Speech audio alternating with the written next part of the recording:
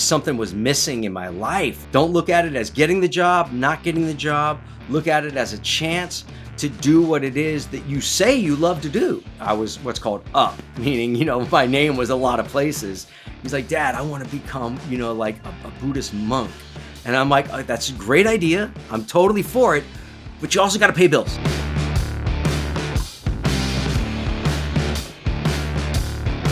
All right, hey guys, welcome back to the studio. Today we have a special guest, pop culture icon, actor, writer, and producer, Corin Nemec. Welcome to the studio, Corin. Well, thank you very much, Mike. Appreciate you having me here. Yeah, so you're out there in Florida. How's the weather? Hot and sticky. Yes. it's cold and rainy here today, shockingly. So either it's 100 degrees or it's raining and cold. That sounds fantastic to me, actually. I would love a cold, rainy day right now because here we do get quite a bit of rain as well, but the temperature doesn't decrease when it's raining. Right. Yeah, I'm familiar. My folks are out there. I always love a good trip, a good visit out that way. Yeah, Florida's got a beautiful state to live in. It's got plenty of beaches. It's all beaches. It's beaches and swamp. That's it. That's what you get. You get you get marshes, swamps, or beaches. I prefer the beaches. Now, has the novelty of the beach worn off at all? I know a lot of people kind of disconnect. It's like you have access to it all day and night. So yeah, man, I'm barely a mile away from the beach. I'm actually on the intercoastal. I'm 2 blocks from the intercoastal, but the beach is across the bridge where I'm at on the Clearwater coast. There's a bunch of sandbar islands that are off the coast there, and that's where all the beaches are on the I guess that would be considered kind of the southwestern side of the islands there. But actually of late I really have been taking advantage of it because I find that I love living near the beach and I don't use the beach a lot. And lately, at the end of the day, at least 4 times a week, more recently, around like an hour before sundown, I'll go out there and go for a swim because the Gulf water is like, it can be like 78, 82, 84 degrees, so it's not like, it's super hot out and you go and you jump in the water. You're like, what am I, in a bath? Like, Right. so it's nicer closer to the end of the day when the sun's going down. Plus, the sunsets are gorgeous on the Gulf Coast, just beautiful. Oh, absolutely. When I go out and visit my folks, I go to a nearby beach in Inglewood, and there's a couple that does sunset yoga. It's amazing, and they do it like 365 days a year. It's a great experience, and usually there's some dolphins jumping, playing. Oh, hey, where there's yoga, there's dolphins. I mean, that's what I always say. Yeah, I'm not any good at yoga. Yeah, I'm not any good at yoga, but I get out there and I do it, and it's nice and it's enjoyable to do it in the sand, and you got that beautiful view with the ocean right there, so it's pretty cool. Yeah, I went to my sister was into that hot yoga. What's it called? Bikram? Yeah, Bikram yoga. She took me to one of those places once. Dude, it was so hot and sweaty and stinky in there. And I mean, it just smelled like a men's locker room, so unrelaxing. And and someone like ripped one while we were in there somewhere in this crowd of people. Someone just let one loose. I was like, bro, if it's not bad enough, I'm never coming back here.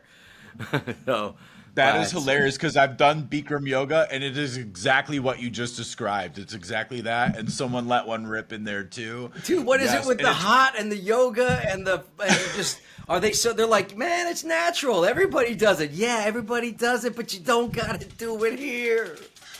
Right, and it's such a tight squeeze too. Like there was no room to really move. I didn't find it enjoyable. I love taking a sauna by myself, but no yoga involved. Like a solo sauna, I'm good with. But bro, I'm all about the saunas, man. That's like that's if I had my own sauna here at my place, that's like one of my dreams is to have an in-house, dry sauna, but with the hot lava rocks you can pour a little water on, steam it up a little bit, that's heaven to me. That's absolutely. And I bet I have a great dead of winter would be fantastic. Yes, I have a great tip for you. I was actually putting my place together, my North house that I was telling you about, and I had all the hookups put in for a sauna. I was going to do exactly that. And then I found this pop-up sauna for just a few $100, just a couple $100. And it's a steam sauna, and it's Ooh. like 7 feet tall. You can put it up, take it down, clean it. What? Comes with a little chair. I'm gonna send you the link. You're gonna love it. It's a Dude. game changer. Dude, that sounds rad. It's Just amazing. take it You're with gonna me love it. everywhere. Yeah. I don't take it with me anywhere. I have it set up in my garage. I turned my garage into a gym, and so I just popped it up there, and it stays. It's perfect. Yeah, I can tell. I Awesome. can tell by your sveltness and that tight shirt you're about to burst out of that you go to the gym regularly. Hey, if it ain't tight, it ain't right. That's right. That's exactly right. I like to wear my shirts small too. Makes me look bigger, even though Yes. I'm not. If I wear anything bigger than this, it looks like I'm swimming in it. So, Yeah, yeah. same here, brother. Man, so hey, the audience knows you from your breakout role in Parker Lewis Can't Lose, but man, you know where I first saw you was My First Name is Steven. To this Yeah. day, I remember that movie. And that what a fantastic role that was, and that was a true story. I was wondering if you'd share a little bit about that role because I actually remember watching that on TV. We're not far apart in age. You're my brother's age. I'm just a few years younger than you. I was born in '77. Okay. Yeah, man. That I know my first name is Steven was a major project at the time. The audition process for it was something else. They had one of the scenes. I think I got the part for this reason because one of the scenes was when Steven was on the witness stand talking about what had happened to him when he was in captivity with the disgusting pedophile and it was so uncomfortable. The dialogue was so uncomfortable that I naturally felt very uncomfortable doing the scene. It was just it was I didn't feel comfortable in my skin. I felt so uncomfortable that I think that's what got me the part was just the fact that naturally organically was not comfortable with the whole process and being 14, not a novice actor. I'd been acting professionally since I was 12 and had been studying acting since I was 11, but and had some experience with some dramatic acting and comedic acting. I mean, just before getting I Know My First Name is Steven, I had just finished filming an Eddie Murphy TV pilot called What's Alan Watching as the starring character in that, and it was a comedy with Fran Drescher and Barbara Barry and Peter Michael Getz, and obviously Eddie Murphy was in it. Pauly Shore, very young Pauly Shore, and that went really well, but it didn't get picked up. And I'd also starred as Nicky Papadopoulos in the last season of Webster, I do remember playing that too. his live-in cousin, and so I really didn't think I was going to get that part, and I got the role, and I was like, wow, this is like a level beyond what I'm used to in terms of what the layers that they needed to hit with that character.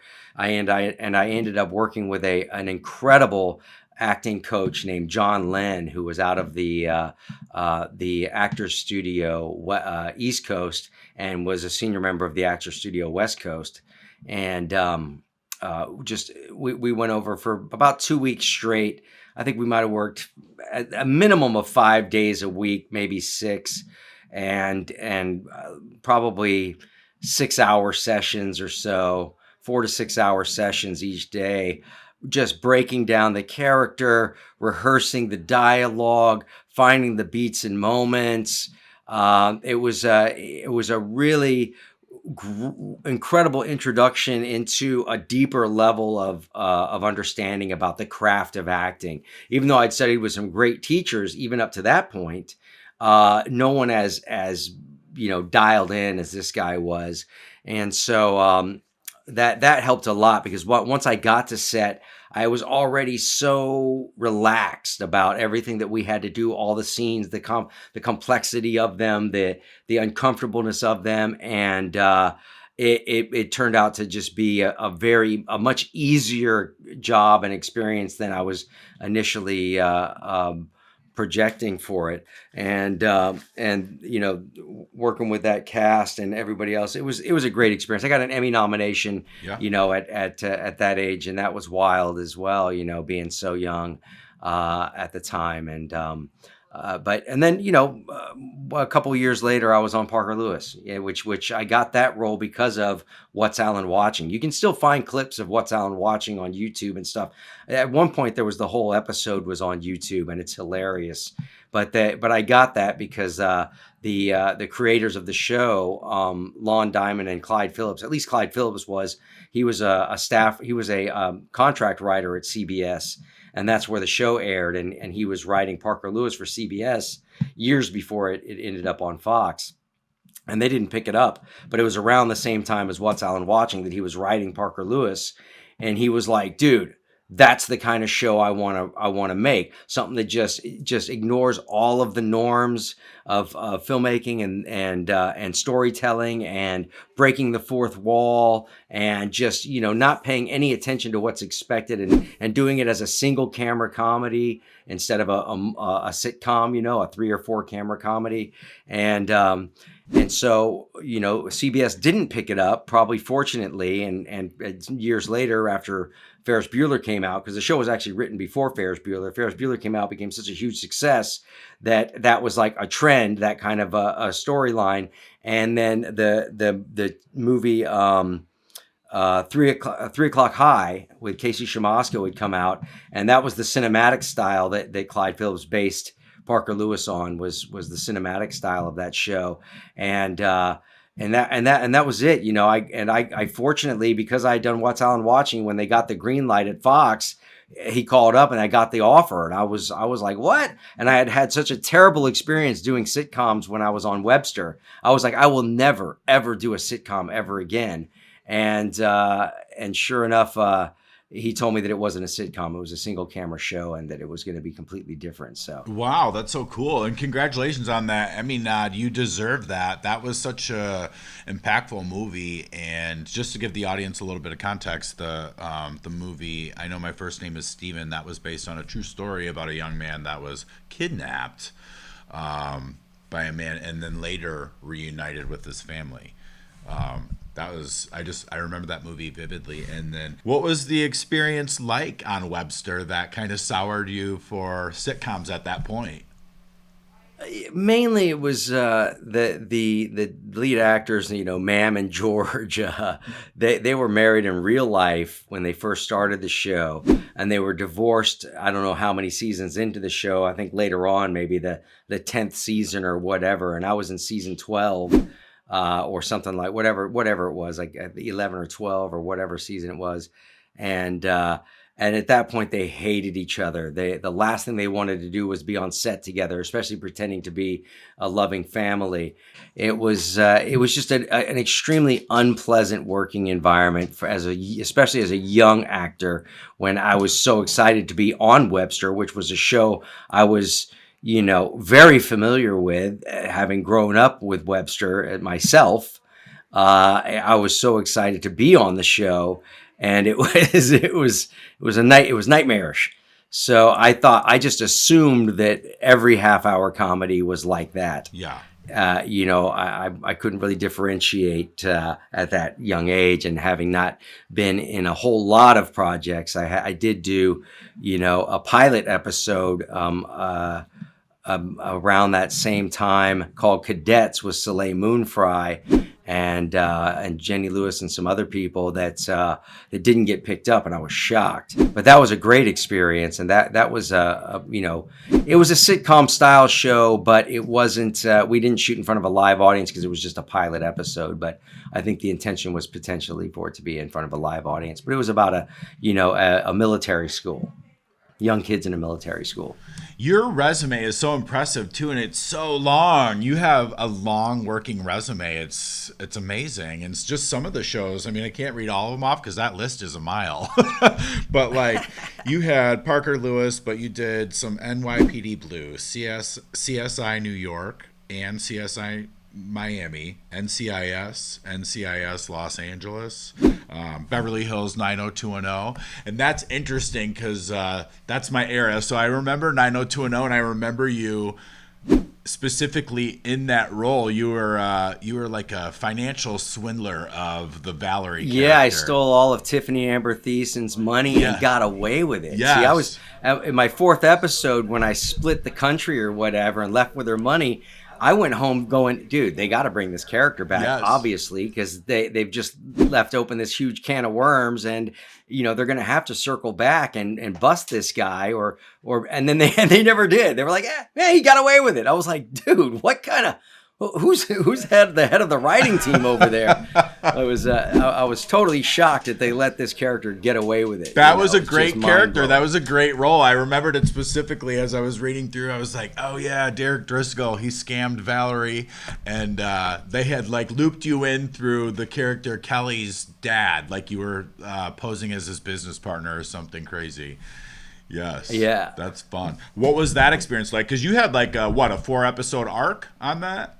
Yeah, 4 episodes on that. It was cool. I was already, because 90210, Married with Children, In Living Color, all this, all those shows. I mean, obviously Married with Children was on well before we came on to Fox, but all those other shows all started up the same year we did in 1990, 91, and we were at all the events together. I knew all of those actors. Actually, Jason Priestley and I hung out quite a bit off camera, and that was so. It was a great time to be on the show. It was. I know that there would have been a couple of other parts that they'd been interested in for me to play shortly after Parker Lewis went off of the air, but. I think that they were just so caught up in me being Parker Lewis, forgetting the dramatic work that I had done also. And I ended up actually auditioning for that role, which is how I got it, because the other ones, my agents were kind of like, offer only. What are you talking about? We're Fox. He's Fox. Everybody's Fox, Right. Just give him the part. Yeah. And because I did keep up. I was very concerned about being typecast in the role of Parker Lewis. So every hiatus, instead of taking the months off of work, I would do a very dramatic movie of the week or something. Like the first hiatus, I did one called For the Very First Time.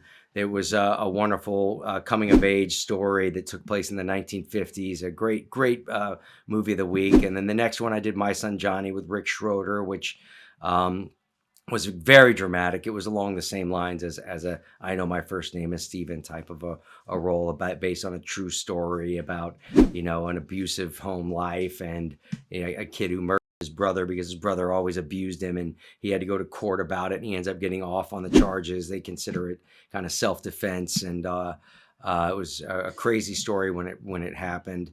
And then the third the third hiatus I did Life Force experiment with Donald Sutherland, which was really rad. Heavy dramatic role there, and that was so I didn't want to end up in that situation where, dude, you do one series, you play the character great, and you never work again. You know what I mean? Well, you were definitely no flash in the pan. You've had a long running career doing many things, and you're a writer, producer. Well, getting The Stand, the miniseries The Stand, was a big boost for me. Playing Harold Lauder in The Stand, it was such a role that was outside the norm for me as an actor. Such a weird, quirky character. My first time doing a real character piece that was like so against the grain for the roles that I had always played in the past, and and that really opened up the doors for me to do a lot of other roles where I was playing the bad guy, so to speak. I started getting cast in other movies of the week, like Summer of Fear. There was one called Summer of Fear, and there was one called Blackout, where it was about a mall blackout, and I was the bad guy in that. And then My Brother's Keeper, that John Badham also directed. I worked with him first on Drop Zone with Wesley Snipes. And me and John Badham got along really great. And he cast me a number of years later in a bigger role in Brother's Keeper, which was awesome. And then obviously I kept doing the comedy as well, getting cast in Operation Dumbo Drop with Ray Liotta and Danny Glover and Dennis Leary. And let me tell you something, being stuck in Thailand for nearly 6 months with Dennis Leary, that's a comedy show. Yeah.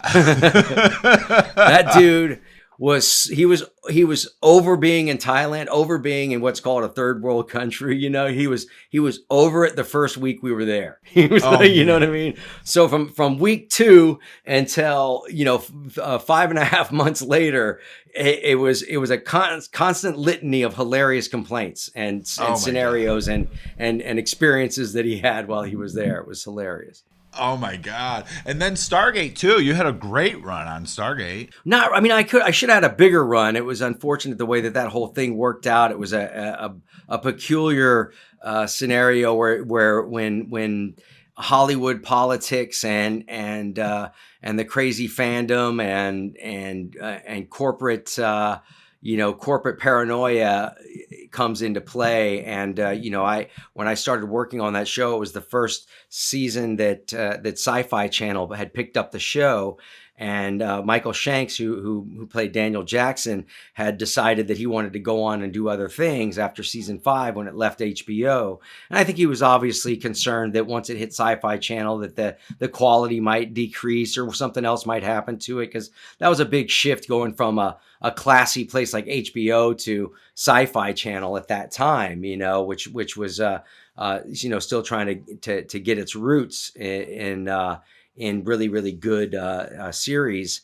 And so the fandom at that time, who were rabid Daniel Jackson fans, just inundated Sci-Fi Channel and MGM with a letter writing campaign that was, you're talking boxes of letters, not like a couple letters, literally boxes of letters, like Santa Claus receives every damn year, or used to, when now he gets emails.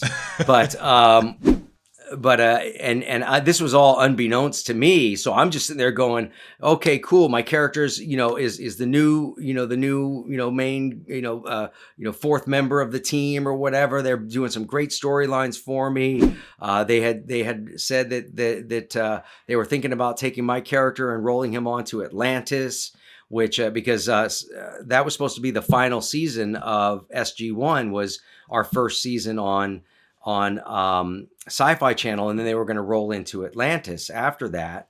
So I was like, wow, this is going to be great. But behind the scenes, the network was panicking that once they started airing the episodes, they're spending $2.3 or so million per episode.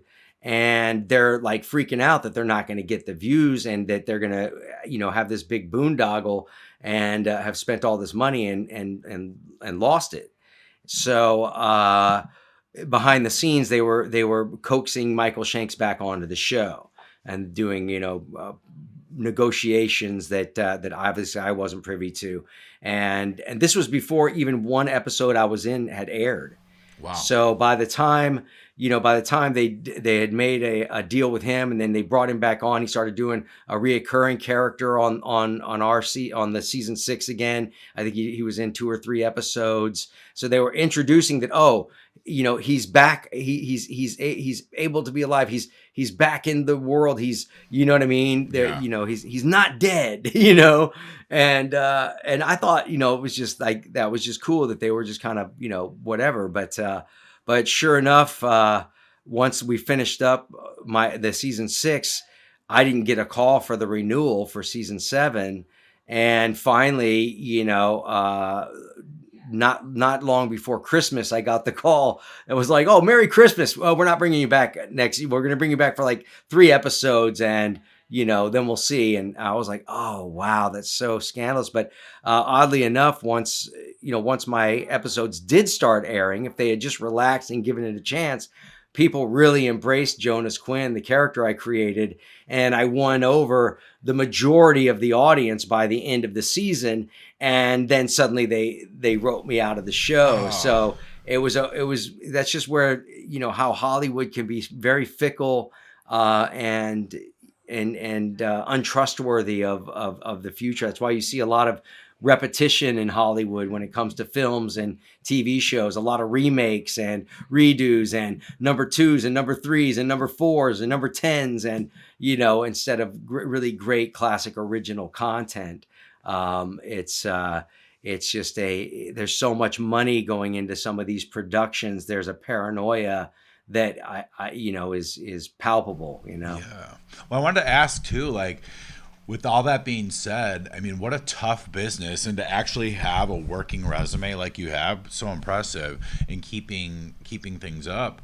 I mean, had you ever experienced any depression through those times, just with experiences, and you think things are going to go one way, and then boom, it goes another way? I mean, how do you keep yourself motivated to keep on with the business and getting Yeah, the roles? man. I think what got me, I always maintained a presence in acting classes, even up until I was on Parker Lewis. I studied it when I first started studying acting when I was 11. Was at Center Stage LA with an acting teacher named Kevin McDermott, who was amazing, and he used a lot of improv, dramatic improv, comedic improv.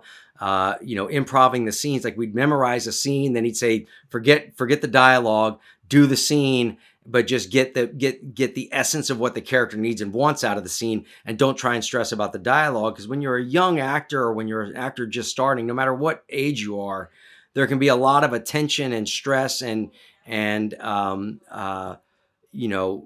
fear about messing up a line or not remembering your dialogue, and that can create a stage fright, and really affect a performance. So he wanted to get us away from that, and get and that really worked great. And then I studied with a teacher named Terrence Hines after that, and at Terrence Hines' place, some of my the actors I was in there with, Stephen Dorff and Brian Austin Green and some other actors that were there at the time, and that was before 90210, obviously. But Brian was on Knots Landing at the time; he was somewhat well known. But that was a great class too. And then I went on and studied with Larry Moss after that, while I was working on Parker Lewis. So I'd be on set, and I'm like, dude, I got a scene tonight, in my acting class, and what's going on? So I ended up about a year and a half into the Parker Lewis. I just couldn't take the acting class anymore because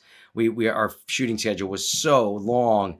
I was missing 2 or 3 classes a month, and he was only doing 4 classes a month for the master's class, and I just like, this is pointless, So I stopped studying, and then after about a year and a half after Parker Lewis went off the air, I felt like something was missing in my life. Like, I wasn't, it was after I really screwed the pooch on an important audition for Primal Fear, and I could have gotten that role if I had just not been caught up in this kind of laissez-faire Hollywood attitude about acting and my career and who I thought I was and past successes and all of this stuff that was really kind of messing with my mind, and being battling with that ego that like is trying to believe my own hype in the PR world or in the teen mags or on the talk shows or whatever the case may be. And I was like, whoa, man, where am I? What's going on here? And my good friend Ernie Reyes Jr., while we were hanging out, and he was like, dude, you got to just get back into an acting class. And I was like, bro, that's exactly what I need to do. And he was studying with this teacher named Manu Tupou at the American Repertory Company in Hollywood at the time. And Manu just turned out to be a mind-blowing teacher. In fact, I wrote a book here, creating a character for the stage or life, that is based on the new era acting technique that was his technique that he came up with. You can find this on lulu.com if you're interested in reading it, lulu.com. Once I got into his class, I was sold. This guy had a very spiritual approach to acting and what was acting, and that, you know, he was teaching more of a lifestyle for the artist than he was a technique. Because an audition is you need to look at it as an opportunity to practice your craft. That's all it is. Yeah, beautiful. Don't look at it as getting the job, not getting the job. Look at it as a chance to do what it is that you say you love to do.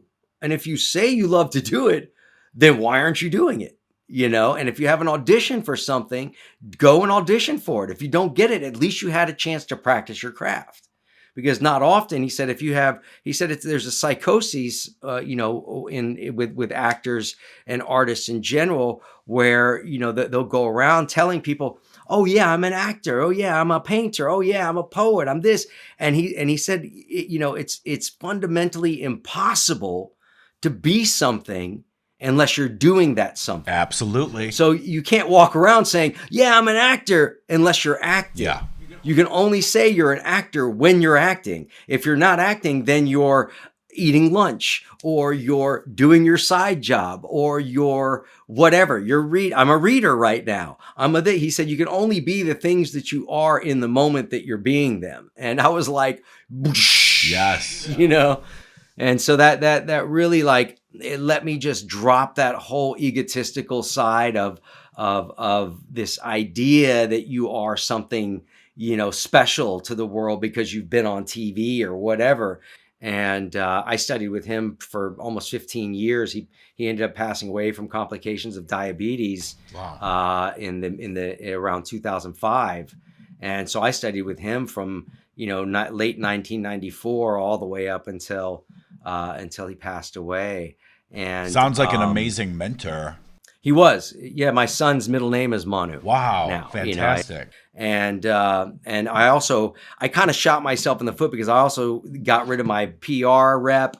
I stopped doing, you know, the interviews and all of that. I wasn't really going to the red carpets. I wasn't boozing and schmoozing, you know, in the industry. I was just being my artistic self. I was really into the beat poetry scene. I was doing poetry slams and, you know, just like doing all this cool creative stuff. I'm a graffiti artist. I was painting a lot. Well, it sounds like you were finding yourself. You were finding your path and honing your craft. Well, yeah, I was actually going back to what it was, because I was a graffiti artist before I became an actor, and I was somewhat known in the graffiti scene even at 11, 12 years old.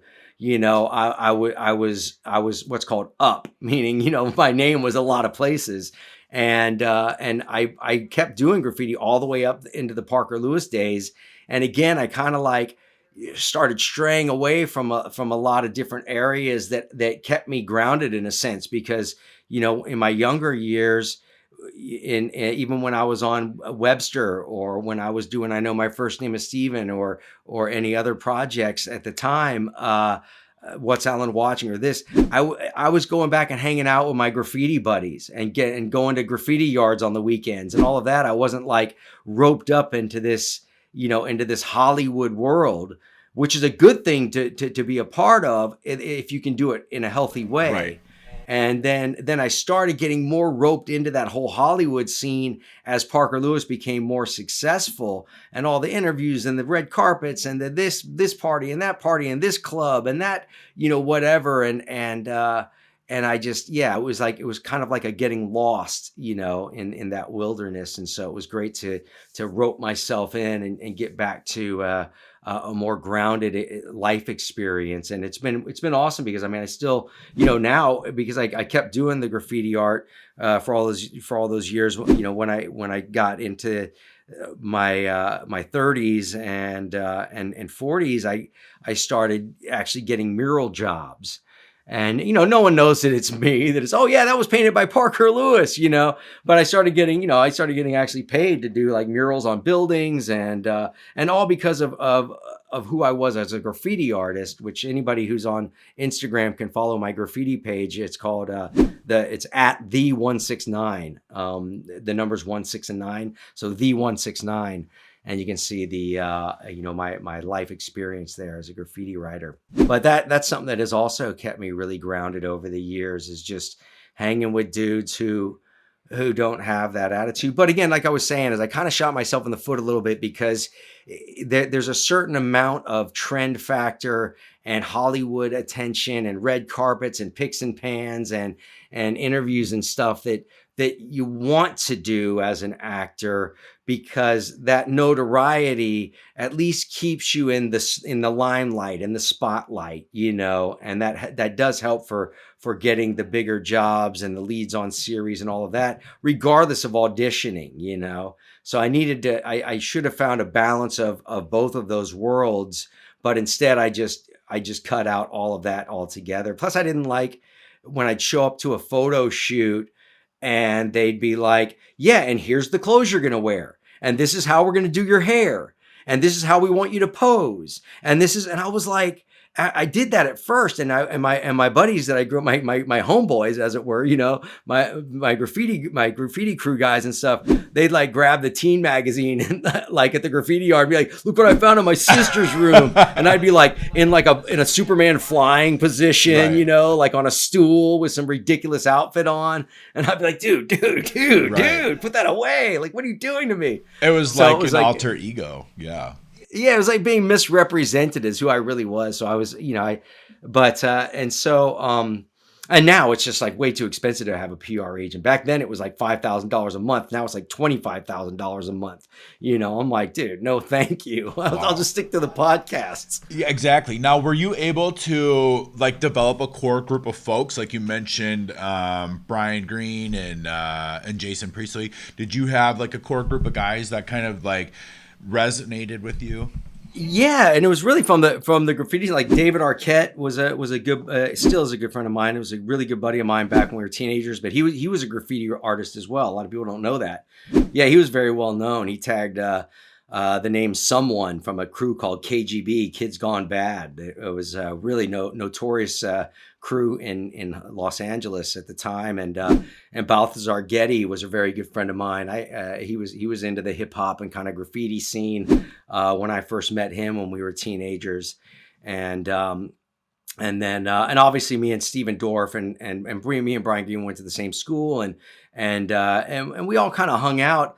And then I had my graffiti buddies, outside of that, and some of them went on to, to be successful. Like, unfortunately, Seth Binzer from Crazy Town, even though he passed away recently, he was a really good buddy of mine in the graffiti scene growing up. And Justin Warfield was in a graffiti crew with me, and he's the lead singer from the band She Wants Revenge, which is a real hip, successful indie rock group, and a bunch of other cats as well, So I'm still friends with all these guys, and it's it's just a cool life experience. I mean, I just went out painting, a week and a half, 2 weeks ago, when did a piece down here locally in St. Petersburg, Florida, and then at the same time did a new mural for a coffee shop that opened up. They opened up a second store up the road, not too far from me, and did a really rad mural there. People can see that on my Instagram pages and stuff. But so I still keep that. I still keep active in that, I've published 3 books of poetry. Those are all on lulu.com as well. I got 3 books of poetry that I've published. Amazing. That's yeah, because I was during my years in the beat poetry scene and like doing all the poetry jams and at the coffee shops and all that jazz. I mean, I did that for years, like 5-6 years, on the side. That was like, I was really into that scene. And so I just had tomes of poetry, Yeah. I'm like, what am I doing with this? I mean, that's just like, I might as well, I was like, dude, the hustle of I didn't have a lit agent or anything. and trying to like get it to Penguin Books or whoever else, or I'm like, dude, I mean, once the age of self-publishing came out, I was like, this is it. This is what I'm going to do. I have a novella that I wrote that's kind of loosely based on my life growing up as a graffiti writer in Hollywood, called Venice High, that I published. It's 100 and maybe 30 page, teen angst kind of drama book that, and then I've published a bunch of screenplays that I've written just for fun, That is because so cool. You're I've so written like, multi-talented. It sounds like you've done it right. Like I enjoy your career, the unfolding of your career, and you could have went down so many dark roads. It sounds like you've been pretty blessed to be able to tap into all your gifts and talents. That is so cool. And getting back to your mentor that you mentioned, like, have you been able to become a mentor to someone else and pay it forward? It sounds like you have a lot to offer. not really. I mean, I would really love to do acting workshops, character study workshops, something that it doesn't necessarily, take me completely out of the loop. Although if I had, I would like to have an acting class myself and teach regularly. But again, I don't want to end up in a situation, because I am, still consistently working actor. Yeah. I got a movie that just came out called Joe Baby with Deacon Lockman and Harvey Keitel and Ron Perlman. Great cast in that. I got a nice little role in that, and got another film coming out later this year called Kill Trip, which is a rad thriller.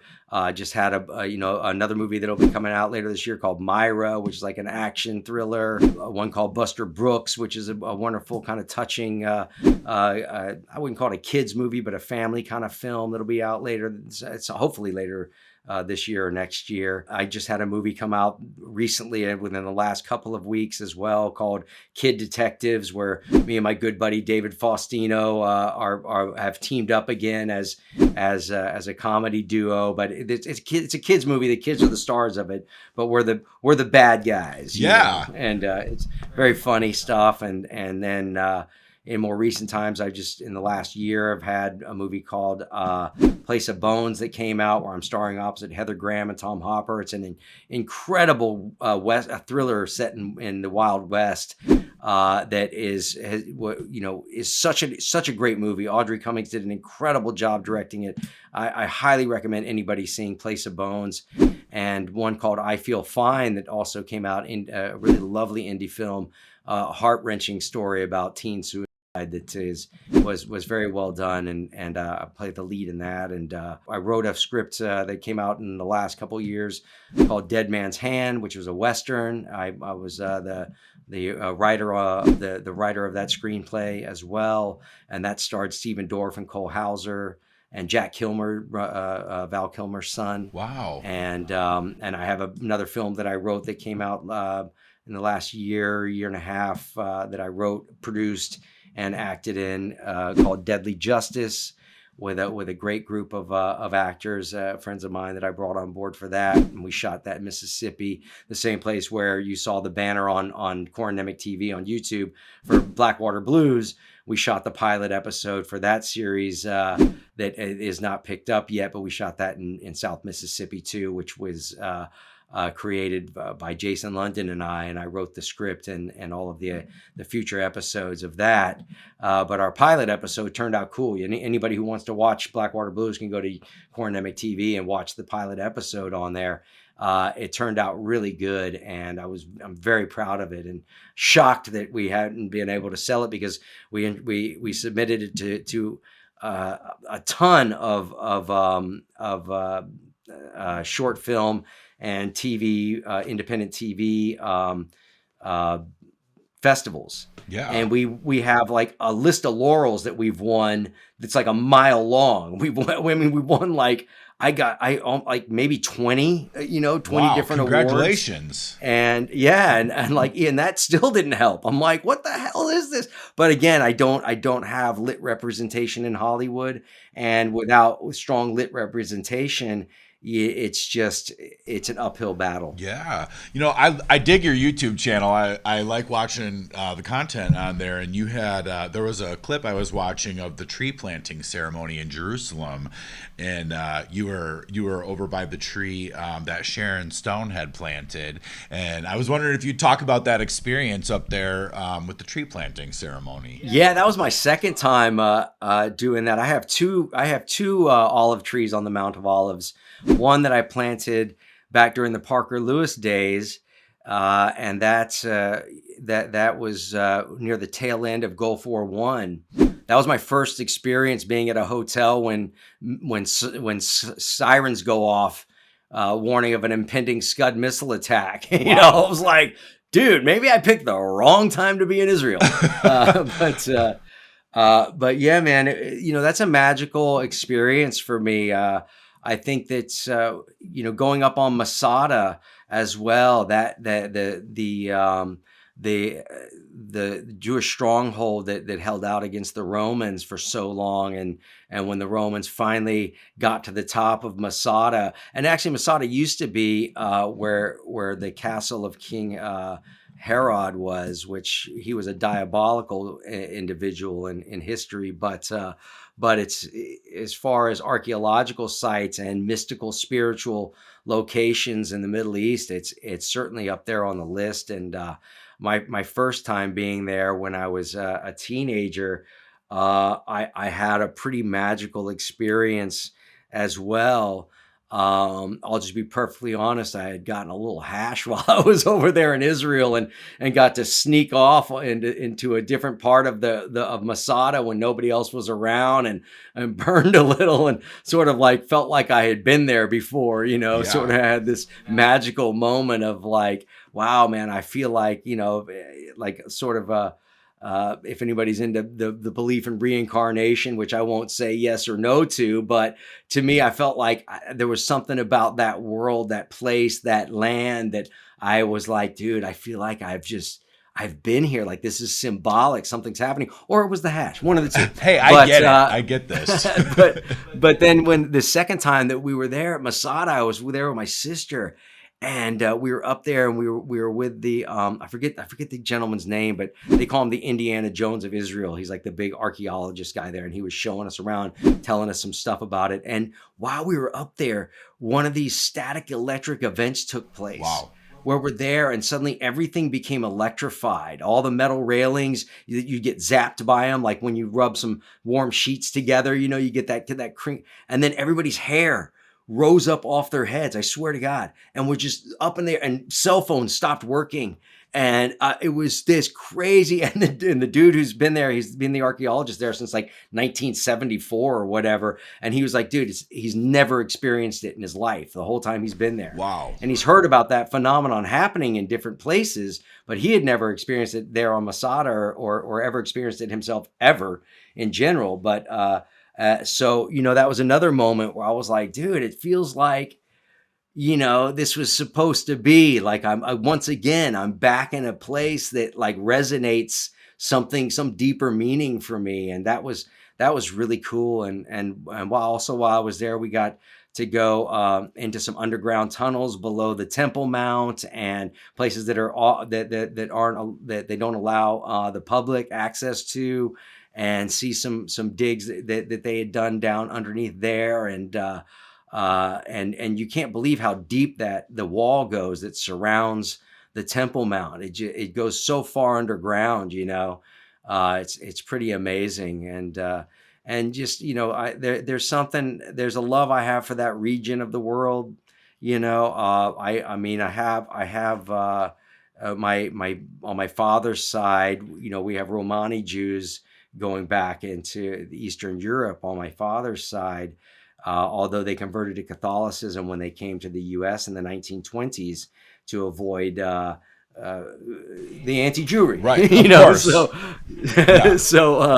Yeah. but there's just something about that area that I had the same. I had some similar experiences when I was in Thailand, not quite as spiritual as that, but there's something about Thailand with the Buddhism there and the spirituality that's there that's just ingrained in that society and that culture, and some of the areas we filmed with the incredible Buddhist monasteries and temples up in the mountains that I got to visit, and the temperament, it's 80% plus Buddhist in Thailand, Wow. and there's a certain kind of temperament and soulfulness that they exude, that's very unexpected, especially when you see some of the abject poverty that many of them endure and the conditions that they live in over there, that here in the West we would just find absolutely unacceptable. uh, and over there they're so happy. They're like, yeah, I got a dirt floor. So what, Yeah. man? They're grateful. There's something about Buddhism that can put the soul at ease within difficult and hard circumstances. But yeah, the Israeli trip, that was cool. I mean, having two trees on the Mount of Olives to me is it's one of the coolest things that I have in my repertoire. Yeah, very I haven't cool. planted just one. I've planted two olive trees. What's better than one? Two. Two, Yes. exactly. And I'm going to go back and I'm going to plant a third one at some point. Yes, three's my lucky number. I love that. You sound very in touch with your soul. Those are such blessed experiences to get to be a part of. Wow. What does family life look for you right now? What does that look like for you? Yeah, man. I'm married down here in Florida. Been married going on over 2 years now, and been with my wife for 3 years. We have a lovely home, happy family, and an incredible corgi. Come here, Theodore. Come here, buddy. Come here. Oh, come here. Let me introduce you. Come on, get distracted. Come here, sir. Come here. Yes, there he is. Beautiful. Theodore Korgevelt. Beautiful. Yes, Theodore Korgevelt, the rough rider. Yes. He's a very presidential dog. Look at that guy. Look at that guy. Wonderful. Amazing. Now you guys, and you have one son? And I have two kids with my previous my ex-wife. I have a daughter who's married now to a wonderful guy, a military fellow. They have their first kid, so I'm officially a grandpa, Yes. which is bizarre. And my son's 20, and he's doing great. He still lives in Texas currently, and I'm just blessed. My daughter was born when I was only 21, and that was also a major life changer for me. That really also grounded me in many ways. That was very welcome. Because a lot of my buddies at that time, and in the early in '93 and the mid '90s, the partying scene, the going out scene, that was like really taken over people's lives, and including mine to a certain degree up to that point. Although I was so busy working, I didn't have as much time as some of my friends. But once she came into the world, it was like, it was a game changer. It just changed the whole dynamics of what's important, and and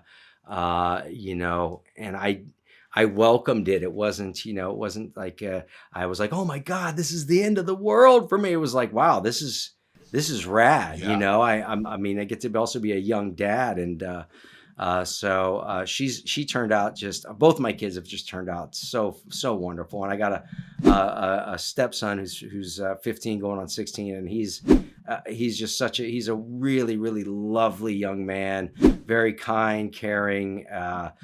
My wife has done a great job with him, and that's that it's just great to see my kids, both of them, not and my stepson as well. It's just great to see them not caught up in the BS that some of these young kids are caught up in, the TikToking, Yeah. the online yada yada. The my son's like he's studying with a speaking of Buddhism, he's studying with a Vietnamese Buddhist nun, to because he wants to become like, I mean, he's a practicing Buddhist, Yeah. but he's like, Dad, I want to become, like a Buddhist monk. And I'm like, oh, that's a great idea. I'm totally for it, but you also got to pay bills. Right. He's like, he's desperately wants to go over to India and also like live at an ashram and do that whole thing. And I'm for that. I'm like, you gotta save up for it. I'll obviously help you all, financially. I'll do what I can to help you to accomplish that, even go with you. Cause I was like, at one point I was like, so what's your plan? He's like, well, I'm going to, just buy a ticket and just show up there. And I'm like, son, I did a movie in India. Right. I was there for 5 weeks, 6 weeks or so. And let me tell you something, it is not the place you just get off an airplane at without a plan. Right. It's crazy. It's a shit show over there.